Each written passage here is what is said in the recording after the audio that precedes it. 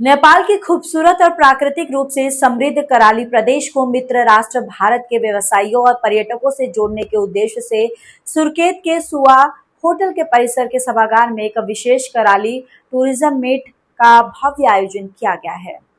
नेपाल के कराली प्रदेश की राजधानी सुरखेत में आयोजित पर्यटन सम्मेलन का शुभारंभ प्रदेश पर्यटन मंत्री सुरेश अधिकारी ने दीप प्रज्वलित कर किया। सम्मेलन परिसर में लगाए गए होटल और विभिन्न पर्यटन स्टॉलों में कार्यक्रम को आकर्षक बना दिया। इस आयोजन में भारत सहित विभिन्न क्षेत्रों से पर्यटन विशेषज्ञों, होटल व्यवसायियों और नामचीन पत्रकारों को आमंत्रित किया गया है। भारत से विशेष रूप से global India TV news channel को आयोजकों द्वारा सम्मानित किया गया। 24 मई तक चलने वाले इस सम्मेलन में प्रतिभागियों को कराली प्रदेश की ऐतिहासिक, धार्मिक और रोमांचकारी पर्यटन स्थलों का भ्रमण करवाया जाएगा।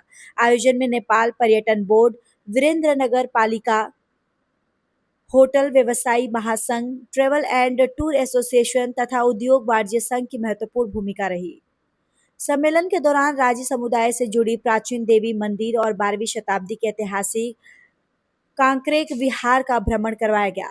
मान्यता है कि इस धरोहर का निर्माण पांडवों ने अज्ञातवास के दौरान किया था।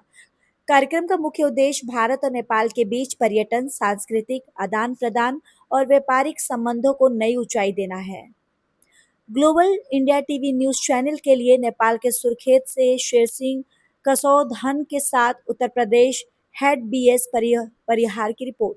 नमस्कार, आप देख रहे हैं ग्लोबल इंडिया टीवी न्यूज और मैं हूं यूपी हेड बीएस परिहार। मैं इस समय मौजूद हूं नेपाल के सुरखेत जिले में। नेपाल और भारत का जो मैत्री संबंध है, रोटी बेटी का जो रिश्ता है, वो और विश्व में किसी देश के बीच नहीं है। और ये इतना अच्छा यहाँ की व्यवस्था है, हमारी सांस्कृतिक, हमारी धरोहरें ऐतिहासिक पौराणिक संबंधों से जुड़ा हुआ है। और आज मैं इस बुद्ध की पावन धरती पर मैं खड़ा हूँ। हमारे साथ खड़े हुए हैं एक यहाँ का नेपाल जो है कर्णाली प्रदेश पर्यटन का एक कार्यक्रम चल रहा है, सम्मेलन चल रहा है। और सम्मेलन में हमारे भारत के लोग बहुत 40 लोगों के लगभग समथिंग आए हैं, जिसमें मीडिया बंधु हैं और टूरिज्म से संबंधित लोग हैं, विशेषज्ञ हैं और आयोजक मंडल में हमारे ये हैं। तो क्या नाम है सर? हाँ, नमस्कार जी। तो आपसे मैं जानना चाहूँगा कि आप इस कार्यक्रम के बारे में जो आप पर्यटन को की बात करते हैं, आप हमारे दर्शकों को क्या संदेश देना चाहते हैं? जरा आप पहले अपना परिचय बताइएगा। धन्यवाद सर, मैं राजेंद्र बिष्ट बोल रहा हूँ और मैं ये आरोग्य पर्यटन से जुड़ा हुआ हूँ और मैं हर्बल एंटरप्रेन्योर, हर्बल जड़ी बूटी उद्यमी भी हूँ।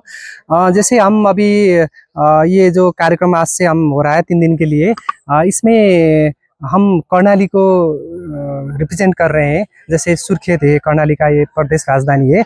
और अभी हम जैसे देख रहे हैं ये कांकरी विहार है ना, तो ऐसे ही बहुत सारे यहाँ सुरखेत में भी बहुत सारे ऐसे पर्यटकीय स्थल है, जैसे बुलबुले है, अभी हम देवती बजे होके आए हैं है ना।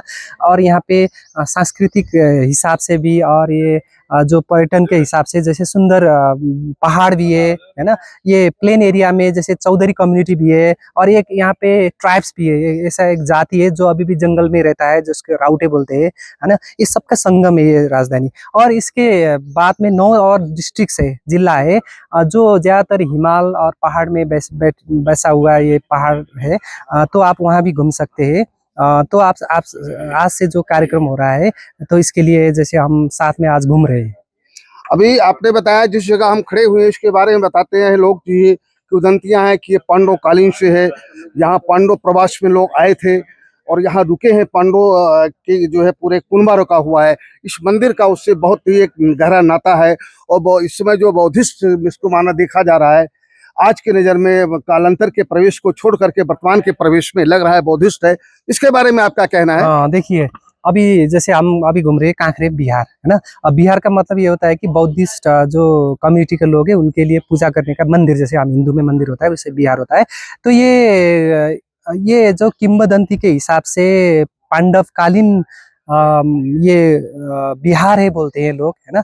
पर ये ऐतिहासिक हिसाब से करीबन 13वीं शताब्दी में, जैसे उस टाइम पे यहाँ पे खस राज्य का साम्राज्य था है ना। उस टाइम पे अशोक चल्ल राजा हुआ करते थे, तो उन्होंने ये बसा हुआ एक बिहार बोलते हैं, पर बिहार तो है, ये बौद्ध के लिए ज्यादा माना जाता है, पर ये हिंदू का भी संगम है। हिंदू लोग जो हिंदू धर्म मानते हैं वो भी यहाँ के पूजा करते हैं, और ये बौद्धिस्ट लोग भी पूजा करते हैं, इसलिए इसको बुद्ध बौद्धिस्ट और हिंदू दोनों का ये संगम मानते हैं इसको। संगम मानते हैं। हाँ जी। आपने भी बताया इसके बारे में बहुत अच्छी बात जानकारी दी, धरोहर के बारे में देखने के लिए योग्य है पर्यटकों के लिए। आप बताइए, जो अगर पर्यटक हमारे भारतवर्ष से आते हैं या और कहीं से आते हैं तो उनके लिए क्या क्या सुविधा है आपकी तरफ से? हाँ, ये देखिए, अब जैसे आप यहाँ पे जैसे नेपालगंज भाया जो आप आते हैं ना, तो यहाँ सुर्खेत ये राजधानी है ना। तो राजधानी यहाँ से जैसे आपको यहाँ से जैसे बस से आप यात्रा कर सकते हैं, जैसे हिमाली डिस्ट्रिक्ट जैसे हुमला, डोल्पा, मुगु, कालीकोट, जुमला।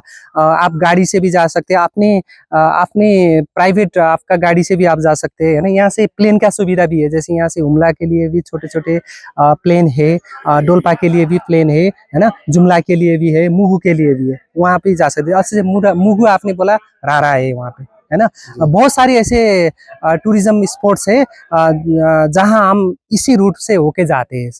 अच्छा, आपने बताया जो भारत के पर्यटक आए उनके लिए सुरक्षा की क्या गारंटी है? इस समय जो बड़ा उथल पुथल है राजनीतिक परिदृश्य में, इसके बारे में उनकी सुरक्षा की गारंटी कैसा का कोई पर्यटक विभाग लेता है, या आप लोग ऐसा इसको कुछ करेंगे उनके साथ? देखिए, अभी असुविधा से बचने जब अभी उथल पुथल तो जो हो चुका है, वो कुछ 6-7 महीने पहले, दर्शकों को बताइए, सीधे बताइए। 6-7 महीने पहले ही वो तो हो गया है। अब इतना वो नहीं है, अब शांत है, अब नया गवर्नमेंट बनाया है, इसलिए अब यहाँ पे इतना सुरक्षा का वो नहीं है ना, तो इश्यू नहीं है। पर जैसे जो आपका सिक्योरिटी के लिए, जैसे यहाँ पे अभी पर्यटन विभाग है, जैसे ये आयोजक है ना, आयोजक अभी पर्यटन विभाग भी इसमें जुटा हुआ है, इसमें जो पर्यटक व्यवसायी है वो भी जुटा हुआ है, होटल एसोसिएशन भी जुटा हुआ है, और इसमें गवर्नमेंट का भी सपोर्ट है। जैसे हमारा प्रोविंस गवर्नमेंट है, पर्यटन जो मंत्रालय है, इसके अलावा जैसे नगर पालिका है, जैसे ये वीरेंद्र नगर नगर पालिका, गुनास नगर गांव पालिका, ये सब जुड़ के ये कार्यक्रम आयोजन कर रहे हैं। तो इसलिए इसमें कोई ये सिक्योरिटी का इतना इश्यू नहीं है। तो इसके लिए जो आयोजक इसका जो रिस्पॉन्सिबल ले रहे हैं, अपना सिक्योरिटी का प्रबंध कर रहे हैं, है ना, वो है। अच्छा, आपने बताया यहाँ का जो क्लाइमेट क्या है, जो क्या चीज आकर्षित कराती है हमारे जो पर्यटक हैं आना चाहते हैं? इसमें आदमी जो है, गर्मी बहुत ज्यादा होती है भारत में, बहुत ज्यादा विशेष गर्मी होती है, तपिश होती है, लोग अपने जो है कौतूहल से बचने के लिए शांति का एक रास्ता खोजते हैं। तो यहाँ क्या क्लाइमेट कैसे है, यहाँ का वातावरण क्या है? अभी आप सुर्खेत में थोड़ा गर्मी फील कर रहे हैं ना, ये इतना मतलब इंडिया जैसा तो नहीं है, पर थोड़ा, पर ये आप मान लीजिए ये भीतरी मधेश है सुर्खेत, है ना। ये आपके पहाड़ का कुछ क्लाइमेटिक टेस्ट भी है, तराई का कुछ क्लाइमेटिक टेस्ट भी है, दोनों का है। पर यहाँ से जो बाकी के जो 9 डिस्ट्रिक्ट है ना, वो सब भी ठंडा एरिया में है। अच्छा, ये सिर्फ सुर्खेत ही है जो तराई का और पहाड़ का दोनों का संगम यहाँ पे आपको मिलेगा। पर और जो 9 जिला है, टोटल 10 जिला है कर्णाली प्रोविंस से, और बाकी के जो 9 जिला में आपका बहुत ठंड होगा। उधर ज्यादातर हिमालय डिस्ट्रिक्ट है, तो वहाँ पे आपको इस रूप में, जैसे आप पैरन अभी पहन रहे हैं, उस पैरन से आप वहाँ जा नहीं सकते, उसके लिए आपको जैकेट पहन के जाना पड़ेगा। अभी भी वैसा ही है। अब कैसा रहता है कि मौसम जैसे ये वहाँ पे धुंधला धुंधला रहता है ना, क्योंकि कभी वो थोड़ा थोड़ा बारिश भी होने लगता है ना, कभी ये क्लाउडी भी हो जाता है ना, इस टाइप का मौसम है। आप ऊपर अभी हम करीब 600-700 मीटर के ऊपर है। अभी यहाँ से आप 15-20 मिनट में आपको 2000 मीटर आप पहुंच जाएंगे, इधर जो दिख रहा है ना ऊपर क्लाइमेट। तो ऐसा है, ठंडा मौसम है, अभी भी ठंडा है उधर, है ना। तो कुछ हिमालय एरिया में तो अभी भी स्नोफॉल हुआ था कुछ दिन पहले, जब रेनिंग हुआ था, है ना। तो आपका सभी मतलब ठंडा का आपका बहुत मतलब आपको महसूस करना है तो आप वहाँ जा सकते हैं। अभी आप हमारे जो है हमारे भारतीय जो पर्यटक हैं जो आना चाहते हैं उनके लिए आपका क्या संदेश है, संक्षिप्त में बताइए। देखिए, ये कर्णाली जैसे और जैसे काठमांडू जो संघीय राजधानी है, वहाँ से काफी दूर है। तो ये कर्णाली प्रदेश किस लिए माना जाता है, आपको थोड़ा वो स्टडी करना चाहिए। उसके लिए पहला है कि इको टूरिज्म, है ना। प्राकृतिक रूप से कर्णाली एकदम फेमस है, प्रसिद्ध है नेपाल में। तो यहाँ पे आपको हिमाल मिलेगा, पहाड़ मिलेगा, तो यहाँ पे जंगल भी बहुत घना है इधर, है ना। तो हिमालय सभ्यता भी आपको यहाँ पे दिखाई देगा, पहाड़ी सभ्यता भी आपको मिलेगा। जैसे आपका लाइफ एकदम स्लो है, एकदम धीमा है ना, एकदम शांत। आप जो ढूंढ रहे हैं, है ना, शांति जो ढूंढ रहे हैं, तो यहाँ पे मिलेगा। क्योंकि ये जैसे अभी भी इसका पॉपुलेशन बहुत कम है। कर्णाली सबसे लोएस्ट पॉपुलेशन वाला प्रोविंस है नेपाल में, और ये अभी विकास के हिसाब से पीछे है। इसका नेचर अभी भी जो ऑर्गेनिक जैविक आपका प्राकृतिक जो नेचर है अभी भी आपको मिलेगा। खान पीन और जड़ी बूटी, इसका सबसे ज्यादा ये क्या है कि ये पोटेंशियल हब माना जाता है ये जड़ी बूटी के लिए। जो इंडिया जितना भी जैसे जो जड़ी बूटी जाता है, मोर देन 80% जो जड़ी बूटी इसी यही प्रदेश का है ना।